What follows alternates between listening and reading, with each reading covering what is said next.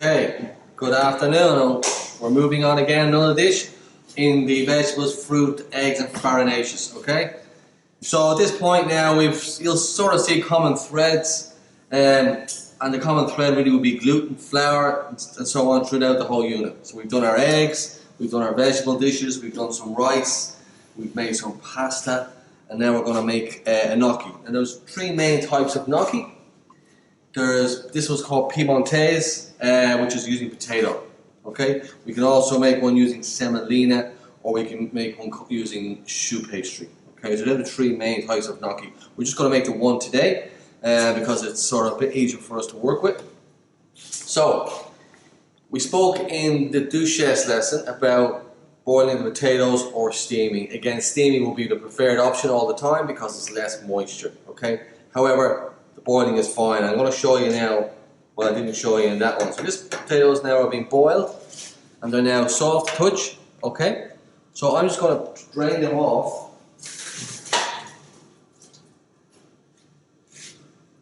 And I'm going to add them back into the pot. You can hear, you probably can't hear, but it's like a sizzle. It's just the water, okay, that's coming off. So you'll see steam. You'll see steam rising from that, and even by looking at the potato, you can see them drying out. Okay, and that's what we're after. We don't want water in it. We don't want. You'll see on the bottom where the potato will start to sort of catch. Okay, so you see that steam? Once you see steam, when that stops, we're there. Now again, we've used a royal blue potato, which it's perfect. It's got a really nice flesh to it, and it really suits for mashing or that mash type of product. So we've got our egg yolks, our flour, and again some nutmeg that we also used in the Duchesse. Okay, so if you can have a look at that, you can, if the camera can get in, you can see around the pot where it starts, it's starting to dry to it and stick to the pot. Okay, so that makes it mean it's nice and dry. All right. Okay, so I'm going to just a bit at a time. So I've got a mouli here. You may have one at home, you may not. Again, a little ricer or through a sieve. Okay, but make sure it has to go through. So again, no lumps. Absolutely, no lumps. Okay. Again, we spoke about tools earlier, and we, you know, I think I paid about $30 for this little mouli. That's not something I could go into a commercial kitchen and take the hacking, but it's certainly for home it's perfect. Okay. And again, just add the more little tools and resources you have at home, the more things you're able to do.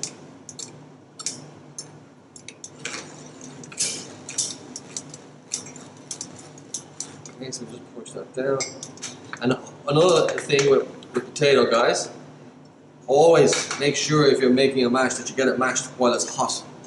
Do not leave it sitting on the bench and then go and get your mouli. Okay? So think of your workflow plan.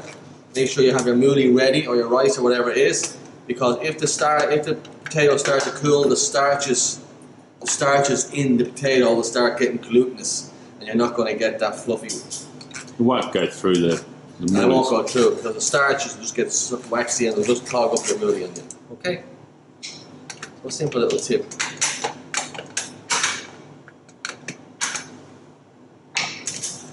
Okay. So now at this stage, I'll just put it up.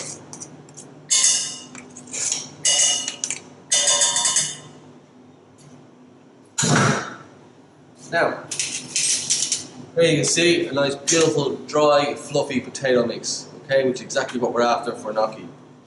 Okay. Now, rule of thumb with potato gnocchi is generally about 30% of the potato weight is flour. That's a rough estimate. Okay, depending on what recipe you're going to use. Again, being a traditional dish, there'll be so many recipes. There'll be Nana's recipe, there'll be chefy recipes, there'll be basic, simple recipes. Okay, so we don't want to make it too difficult. It's essentially a dumpling. It's a potato dumpling. Okay, most cultures will have dumplings of some description. British cookery will use suet dumplings in making like stews and things like that. Other, the Chinese will use dumplings in soups as well. So various smells. So this is basically a dumpling, which is what it is. So I'm going to add some salt. That's very important. Again, salt goes really well with potato. Potato can take quite a bit of salt. Okay. I'm just going to add some, again, white pepper. I'm going to add my nutmeg. Not too much nutmeg.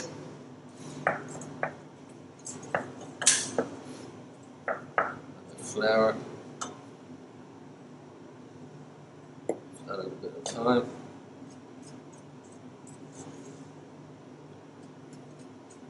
Now add your flour in before you add your egg. If you add your egg to that hot potato, it can just start cooking and go strands on you.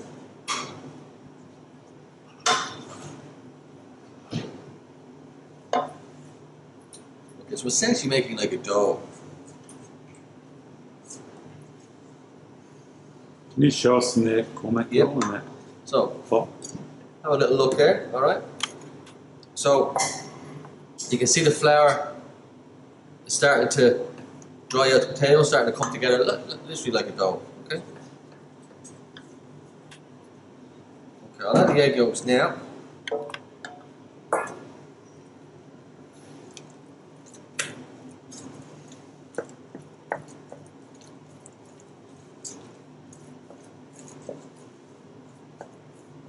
Now the problem is if you add too much flour, you'll get rubbery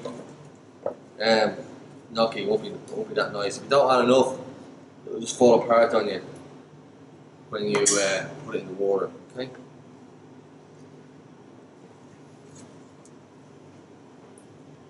You'll find a lot of nonnas and so on would make this. Italian nonnas would make this just by touch. They'd be making it that long. It wouldn't even weigh out. They'd just on their bench again, probably. Well, that's right. Chef back. Chef, if the students actually just have a potato masher at home, that could probably be an option as long as they really make sure it's pressed well and not any lumps. Look, yes, I would still put it through. I would mash it and then put it through a sieve. I would push it through a flour sieve just to get any of those lumps out because you're going to get starchy bits. Yeah, you could do, but I still think if you get that nice finer mash, the better. But a ricer nowadays, you can pick them up fairly cheap as well. That was again a good little tool to have. Right, so that's formed now like a dough.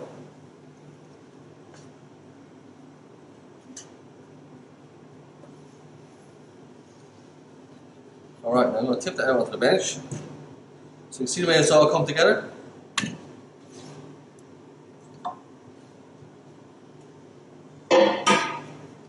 Alright, so it's still a bit warm, so it's nice to be able to, so it's soft, but I can feel that it's nicely formed, it's going to be fine.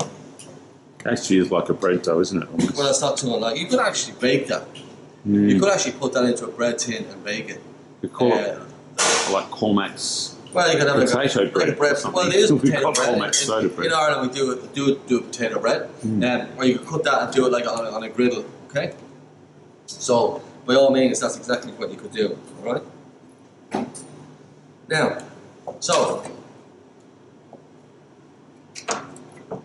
just going to take it. Now, it's quite deceiving. That makes quite a lot of gnocchi.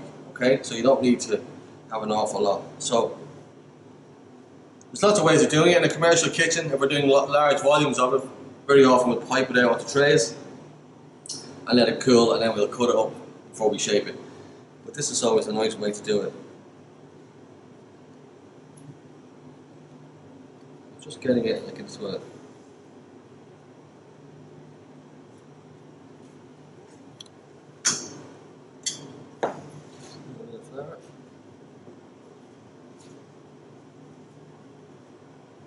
Alright. I think that's the key, is not trying to have this massive, long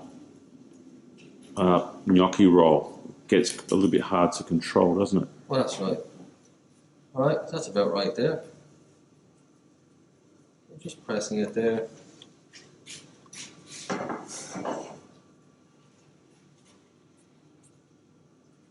All right, nice even. So not too much flour, really. You don't need it, you know, because it's nice and warm to handle it. Yeah, if you're rolling it, and you'll see it sticking a bit, you'll feel it. You'll feel it. But and that's the key. It's getting the amount of the flour in the recipe. Okay. Like at one stage, you know, that felt like it was too much flour, but then as you work it and the egg yolks go into it, then it becomes nice and soft. All right, that's about right. Now we're going to cut them into small little pillows.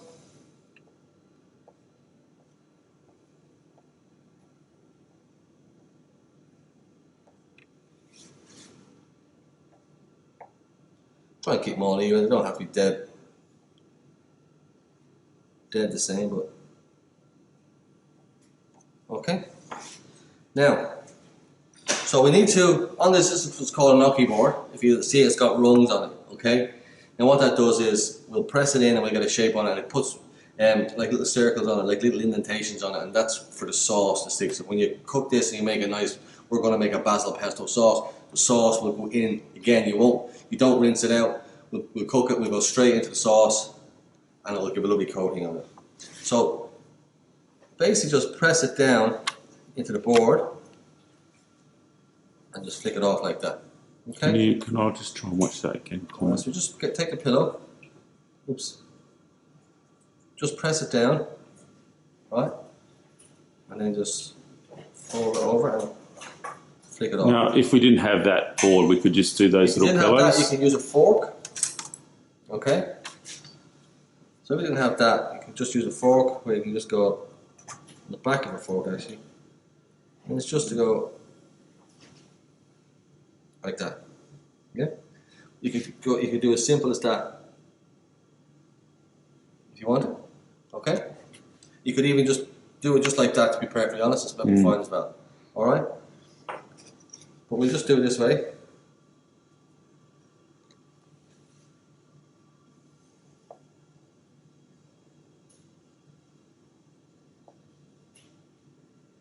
Having that texture of that dough right is pretty important, I imagine, for this. It's too wet, it'll stick to the board, and it'll be just an absolute headache. You find as you cook it as well, that it firms up if you put too much flour in there too. You don't get that softness. That's right. With too much flour, you'll have like a rubbery. I don't know if you've ever bought the packet convenient gnocchi in the supermarket. It's horrible. It's like bullets. It's no comparison to. Okay. Yeah. So we got one good nice serve there. So you, like I say, we still have all of that. So we make quite a lot. All right. Now I got my water boiling. All I'll do is just going to make a very simple little pesto cream sauce. Okay. Some cream into the pan. So we'll bring that to the boil. Meanwhile, over here, I'll bring my board over to the pot. We'll just add them in just quickly at a time. And they will float to the surface, and when they come to the surface, take them straight out. That means they're ready. Okay. If you overboil them, it's going to get toughness, and it's just not nice. What we're looking for is a lovely, soft pillow of potato dumpling. Now, there's lots of applications. You can. Lovely dishes to take it out and just toss it in some nut brown butter and get a nice colour on it, with some sage leaves and maybe some ricotta, and some basil as well maybe, or you can do it in the sauce. We're going to do it in the sauce for this dish. Okay, so my sauce is my cream is reducing. If you're able to see here, alright, so some things are just in there nicely. They'll start floating to the top and we'll skim them off. Is that just simmering that water, Cormac? Was it on a boil when it? It's on a rolling boil. Yeah. It's a little bit more than a boil actually. Yeah. Then they're starting to float to the top. So that's how quick it takes to cook them. So in this instance, you could cook them to order in a restaurant situation. But generally we would have them to that stage and then we just finish them in the sauce. But you could certainly do that. Okay. So those little lines that we got on the board is what will help the sauce to stick to the gnocchi. Okay, so they flow to the top if you want to have a little look there or not. Can you just, Cameraman? I don't know if we can, Have a say or not? yeah, a little bit. Only the slitherest of slithers. So you just comes to the top, so then you just. I mean, that's like literally a minute, right? That's right. Now you can actually see they've swollen, okay? So they've actually got a little wee bit bigger. They've cooked down. All right. So obviously you're draining that so we're not filling that cream up with heaps of water and... That's right. So what the starch is again, it's all about starch, okay? Starch and gluten. You gotta always remember that. That's what it's all about. I want to get a nice consistency, so this is lovely homemade or freshly made. I hate that term, homemade, freshly made pesto. So in there we got garlic, cheese, basil, so I don't need to put too Cashew much. nuts. Cashew nuts, so it's a cashew nut. So you can make a pesto with pine nuts, cashew nuts, whatever you wish. And the cheese and that is starting to cook out there, so it's getting nice and add a little bit more cream to that. Now if you're making sauce, you can always use a little bit of that starchy water. If it's too thick, you can just use that to bring it down a wee bit if you don't want to keep adding cream.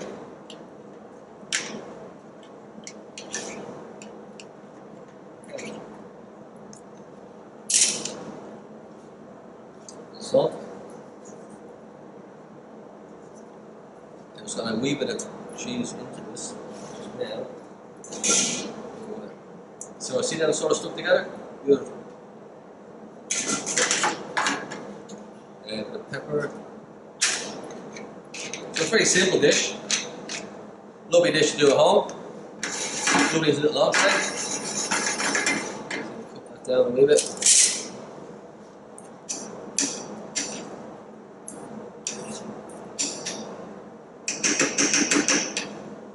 Cheese now is nice and gluey.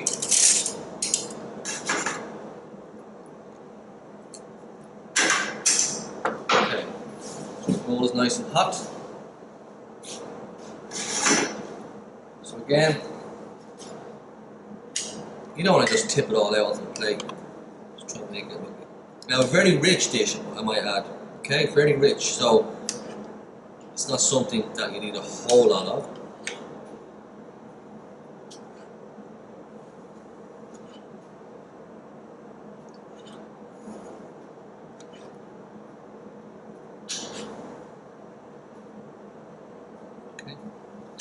Oops. So just going to string of cheese. Try and clean it up a little bit.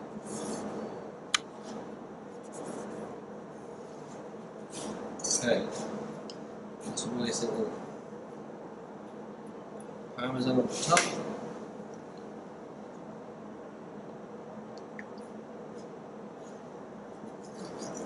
Okay, and there we go. Gnocchi pesto Piedmodese. Thank you.